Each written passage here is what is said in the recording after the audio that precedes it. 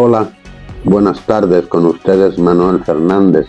Bienvenidos a mi canal de historia contemporánea. Hoy quiero hablarles de un aspecto poco conocido de la Segunda Guerra Mundial, que es el enfrentamiento entre la Unión Soviética y Japón. Es una opinión muy extendida que la Unión Soviética solo combatió contra Japón en los últimos meses de la Segunda Guerra Mundial.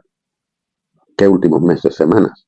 La Unión Soviética intervino en agosto de 1945, cuando Japón estaba ya prácticamente derrotado. Aunque es cierto que en los años centrales de la guerra, la Unión Soviética y Japón mantuvieron una política de neutralidad el uno contra el otro. No por ello es menos cierto que la Unión Soviética se enfrentó a los japoneses y les infligió una dura derrota antes de enfrentarse a los alemanes. Desde nuestra perspectiva eurocéntrica, bueno, pues la guerra empieza el 1 de septiembre de 1939 con la invasión alemana de Polonia. Sin embargo, la batalla de Halfingol, de la que trata este vídeo, tuvo lugar en el verano de 1939, en julio y agosto. Es anterior a la invasión de Polonia. Japón y la Unión Soviética tenían una frontera común en la isla de Sajalín. El sur de Sajalín era japonés y el norte era soviético. Y esta frontera común se extendió muchísimo cuando en 1931 los japoneses ocuparon Manchuria, la provincia nororiental de China. Japón es un país industrializado y pobre en recursos. La élite militarista japonesa hacía tiempo que había decidido apoderarse de estos recursos por la fuerza. Pero dentro de esta élite había dos escuelas.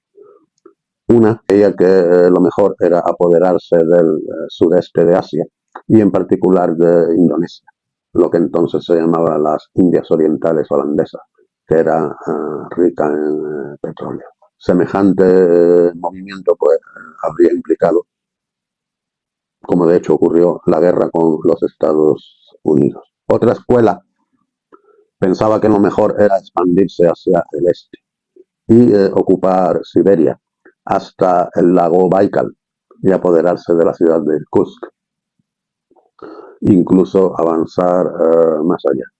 La marina favorecía la primera opción, mientras que el ejército favorecía la segunda. La marina y el ejército eran dos entidades bastante desconectadas, prácticamente independientes. Se parecían más bien a dos potencias aliadas, cada una de las cuales hacía la guerra a su manera. Y dentro del ejército estaba el ejército de ocupación de Manchuria, llamado el ejército de Kwantung, que también prácticamente hacía la guerra por su cuenta.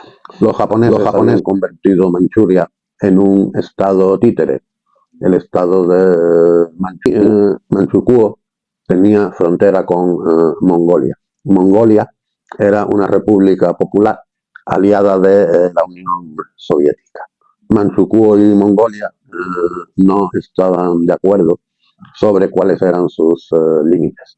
Había una disputa. El lado manchú sostenía que el límite entre los dos países era un río llamado el río Halfingol, mientras que el lado mongol decía que en realidad la frontera estaba varios kilómetros al este y al norte del citado río. Esto era una fuente constante de incidentes fronterizos. Dado que el ejército de Manchukuo y el ejército de la República Popular de Mongolia estaban compuestos fundamentalmente por caballería, una forma característica en la que empezaban los incidentes era que uno de los dos bandos llevaba sus caballos a pastar en tierras que el otro consideraba suyas. Y esto pues ocasionaba choques violentos y ocasionaba bajas en uno y otro ejército. Hasta que el ejército japonés de Kwantung decidió pasar a la ofensiva y ocupar por la fuerza lo que consideraban que era suyo. El ejército de Kwantung, en este lado de la frontera, tenía una división, la división 23, que no era lo que se dice una división de élite. Se componía sobre todo de reclutas y su dotación de armamento también era inferior al de una división japonesa estándar. Los soviéticos, cuando vieron que se enfrentaban a una invasión japonesa de Mongolia, movilizaron unidades de élite de distintos sectores de la frontera y los concentraron en la zona amenazada. Y en medio de la crisis, el mariscal Zhukov fue nombrado comandante en jefe de este sector. Zhukov disponía de un cuerpo de ejército, puede tener 2 o 3 divisiones. En el momento culminante de la batalla, en el mes de agosto, los soviéticos disponían por lo menos del doble de hombres que los japoneses. ¿Y esto por qué razón? Porque Tokio no deseaba una escalada y impidió al ejército de Kwantung acumular tropas, armamento, municiones en la zona de los combates. Y esto pues le vino muy bien a los soviéticos. La batalla de Jalfingol, hay quien considera que fueron 2 batallas, tuvieron lugar en julio y agosto de 1939. Los japoneses al principio tomaron la iniciativa, ocuparon las orillas del río, pero muy pronto los soviéticos consiguieron detenerlos. Los soviéticos eran superiores en todo, eran superiores en tanques, en artillería, hombres, en logística. Zhukov disponía de unos 4.000 camiones para organizar la logística de sus fuerzas y los japoneses como mucho de 2.000. Zhukov tenía muchas más facilidades para obtener refuerzos que los japoneses, que desde el principio tropezaban con el hándicap de que estaban llevando a cabo una invasión de Mongolia que no había sido autorizada por Tokio. En agosto, cuando Zhukov se sintió lo bastante fuerte, organizó un tipo de batalla por la que se haría después famoso, que consistía en utilizar la infantería para fijar el centro del enemigo, mientras que los elementos móviles, que en este caso eran tanques ligeros, tanques medios, no disponía en aquella época de muchos tanques pesados, mientras que los elementos móviles atacaban los flancos y procuraban envolverlos. En la batalla los japoneses fueron básicamente aniquilados. Solo habían construido un puente de barcas a través del río Halfingol, que era a todas luces insuficiente para alimentar la batalla y después para retirarse. Finalmente, el conflicto concluyó con un alto el fuego, en el que los japoneses reconocieron la interpretación de la frontera según la versión mongola. La batalla de Halfingol en escala reducida equivale a grandes rasgos a la batalla de Moscú, por la que se haría famoso Zhukov en el invierno de 1941. Lo que ocurrió es que en Moscú los soviéticos prácticamente se habían quedado sin tanques, no tenían tanques. Entonces, para envolver los flancos del enemigo, los elementos móviles que utilizaron fueron esquiadores, paracaidistas y caballería. Estas fuerzas pues no tienen el mismo poder de penetración y de destrucción que los tanques. Y en Moscú los alemanes, aunque sufrieron un buen varapalo, pudieron impedir que un número considerable de sus soldados fuesen cercados, fuesen rodeados. Pero en el invierno siguiente en Stalingrado, en el invierno de 1942. Zhukov sí que tenía tanques para atacar los flancos del enemigo.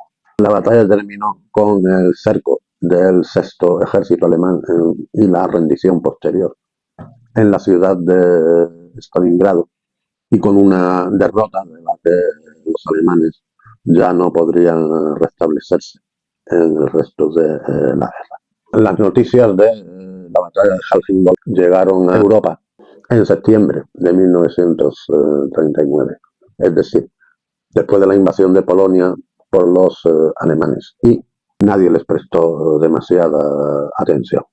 ¿Cuál es el efecto que tuvo esta circunstancia? Bien, los alemanes, ese mismo año 1939, observaron el ataque soviético contra Finlandia, la llamada Guerra de Invierno, que no empezó demasiado bien para los soviéticos. Sufrieron muchísimas bajas y fueron vencidos en muchos encuentros con los finlandeses, de forma que los alemanes pues se hicieron una idea negativa de la capacidad y de la fuerza del ejército soviético.